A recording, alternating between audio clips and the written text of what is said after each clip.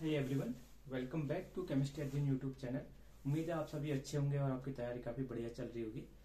तो बहुत सारे बच्चों की रिक्वेस्ट थी कि सर कुछ इंपोर्टेंट टॉपिक्स बताइए कि एलटी एग्जाम के लिए कौन कौन से टॉपिक्स ज्यादा इंपोर्टेंट है एलटी साइंस एग्जाम के लिए। तो देखिए यहाँ पर मैंने कुछ टॉपिक्स आपको बता रहा हूँ जो कि आपको इतने तो करने ही करने चाहिए। हालांकि आजकल इतना कंपटीशन का टाइम है कि केवल इतने ही टॉपिक्स करके भी इससे भी ज्यादा आपको करना चाहिए, इतना ना करके। लेकिन कुछ जो ज्यादा जरूरी ज्यादा इंपोर्टेंट टॉपिक्स हैं वो आपको करने ही करनी चाहिए, तो वो आपको मैं यहाँ पर बता रहा हूँ। तो देखिए जैसे कि हमें पता है हमारे एग्जाम में 100 मार्क्स के क्वेश्चन आते हैं और हर कोई क्वेश्चन एक एक नंबर का होता है। तो इसमें से 24 क्वेश्चन आते हैं केमिस्ट्री से, लगभग 46 बायोलॉजी से और 30 क्वेश्चन आते हैं पेडागोगी से। तो यहाँ पर देखिए केमिस्ट्री में आपको जो मेन टॉपिक्स ज्यादातर जो करने होते हैं वो इम्पोर्टेंट जो होते हैं वो है सबसे पहले एटॉमिक स्ट्रक्चर। ठीक है, एटॉमिक स्ट्रक्चर में आपको देखना होता है कि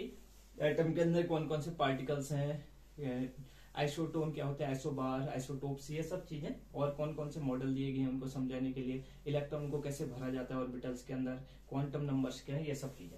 उसके बाद पीरियोडिक प्रॉपर्टीज, ठीक है। उसके बाद केमिकल बॉन्डिंग, बॉन्ड के बारे में जो भी होता है। उसके अलावा आपको जनरल ऑर्गेनिक केमिस्ट्री जरूर पढ़नी चाहिए, क्योंकि जनरल ऑर्गेनिक केमिस्ट्री से कई बार 3-4 क्वेश्चन भी बन जाते हैं जो सिंपल से क्वेश्चन होते हैं। उसके अलावा coordination chemistry, thermodynamics, chemical kinetics, electrochemistry और स्टेट्स ऑफ मैटर, जिसके अंदर आपको सॉलिड, लिक्विड और गैसेस स्टेट आता है। अब देखिए अगर इनके बारे में आप बहुत ज्यादा डीप नहीं भी पढ़ते हैं, आप अगर 11th-12th लेवल का भी पढ़ते हैं तो आपके बहुत सारे क्वेश्चन यहाँ से हो जाएंगे, क्योंकि बीएससी लेवल का भी आते हैं क्वेश्चन। लेकिन आप अगर 11th-12th भी ठीक से पढ़े तो आपके बहुत हद तक क्वेश्चन यहाँ से सोल्व हो जाएंगे।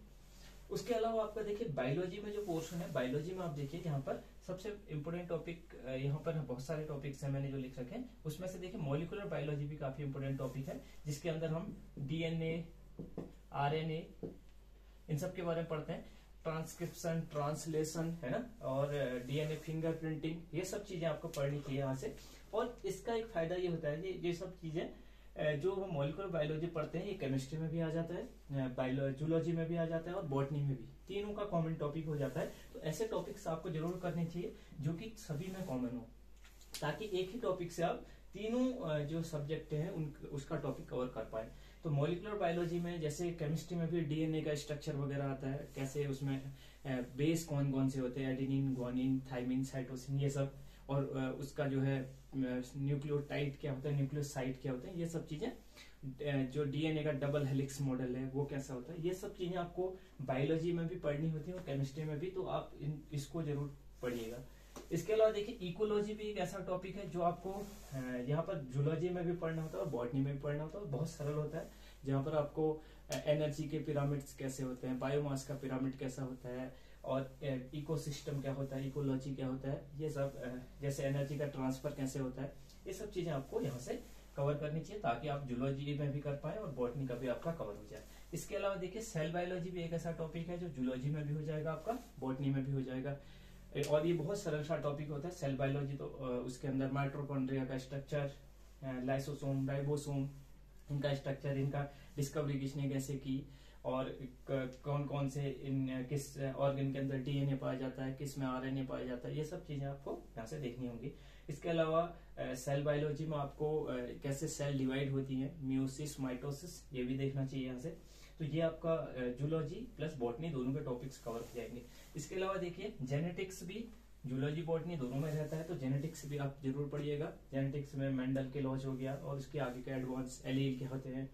और लॉ ऑफ इनहेरिटेंस क्या क्या है, ये सब चीजें आपको देखनी चाहिए। इसके अलावा एनिमल डाइवर्सिटी में कॉर्डेटा और नॉन कॉर्डेटा कितने कितने यहाँ पर ग्रुप रहते हैं, किस ग्रुप की क्या खासियत रहती है, किसका फैमिली क्या है, जीनस क्या है, ये सब चीजें आप थोड़ा बहुत जानते होंगे। उसके अलावा देखिए जो बॉटनी है उसमें एल्गी, फंजाई, ब्रायोफाइटा और टेरिडोफाइटा, इसमें से आप क्वेश्चन के बेस पे किस टाइप से क्वेश्चन आ रहे हैं उस हिसाब से आप एग्जाम देख करके इनमें से एग्जाम का जो पैटर्न है या जैसे क्वेश्चन पेपर आ रहे हैं उस हिसाब से इन टॉपिक्स को तैयार कीजिएगा। इसके अलावा प्लांट पैथोलॉजी के क्वेश्चन भी आते हैं, जो प्लांट में जो रोग लगते हैं, है ना, जैसे कई बार उनका पैथोजन का नाम पूछ देता है ना, जैसे हमारा गेहूं में हो जाते हैं, या जो हमारा मूंगफली में जो रोग होते हैं, या फिर आलू में जो रोग हो जाता है उसके पैथोजेंस कौन कौन से हैं, एलगी है, उसका नाम क्या है, तो ये सब चीजें पूछ लेता है। तो ये टॉपिक्स आपको इस टाइप के टॉपिक्स जरूर कीजिएगा जो कॉमन है ना, और कॉमन टॉपिक्स से क्वेश्चन आने के ज्यादा चांसेस रहते हैं, तो वहां पर से आप जरूर इसको प्रिपेयर कीजिएगा। उसके अलावा देखिए पेडागोगी जो सेक्शन है, पेडागोगी को बिल्कुल भूल करके भी मिस नहीं करना है, क्योंकि ये जो क्वेश्चन ये बहुत ज्यादा 30 मार्क्स का है, और 30 मार्क्स के क्वेश्चन पेपर में आप ये जरूर देखिएगा कि टीईटी की तरह ऐसे क्वेश्चन नहीं आते कि अगर हमारा जो है हमारी क्लास में बच्चा पढ़ नहीं रहा है तो आप क्या करेंगे, इस टाइप के क्वेश्चन बहुत कम आते हैं। क्वेश्चन जो पिछली बार जो पैटर्न आया था वो इस टाइप से आया था कि जो है किसी कोई जैसे किसी भी जो फिलोसोफर था उसने अपना एक्सपेरिमेंट किया, तो उसने कितने टेस्ट किए थे उसमें, या फिर उसने कितने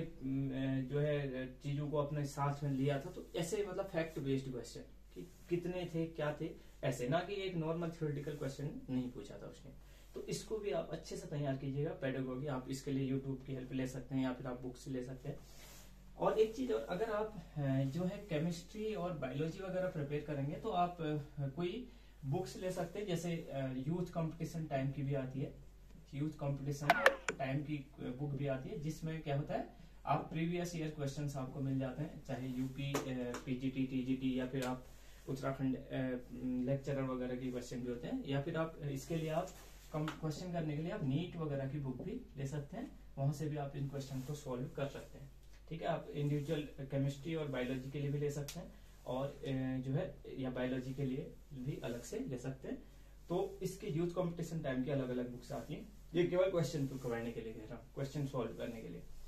और आपको जो है अगर जैसे टॉपिक्स तैयार करने हैं तो आपके पास एनसीईआरटी वगैरह ज्यादा फॉलो करने की कोशिश करनी चाहिए। अगर आपको इंग्लिश में समझ में नहीं आता तो हिंदी वाली एनसीईआरटी पढ़िए,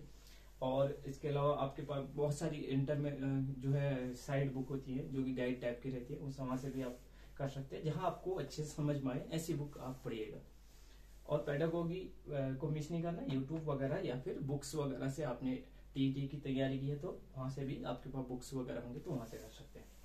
तो ये कुछ टॉपिक्स हैं जो कि आपको इतने तो करने ही करनी चाहिए, जो कि ज्यादा इंपॉर्टेंट है,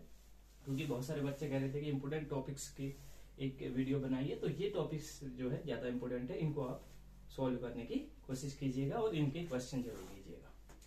तो इस वीडियो में इतना ही करते हैं। उम्मीद है आपको समझ में आया होगा कि क्या टॉपिक्स इंपॉर्टेंट है, और इनको धीरे धीरे आप पहले पढ़िए फिर इनके क्वेश्चन कीजिए।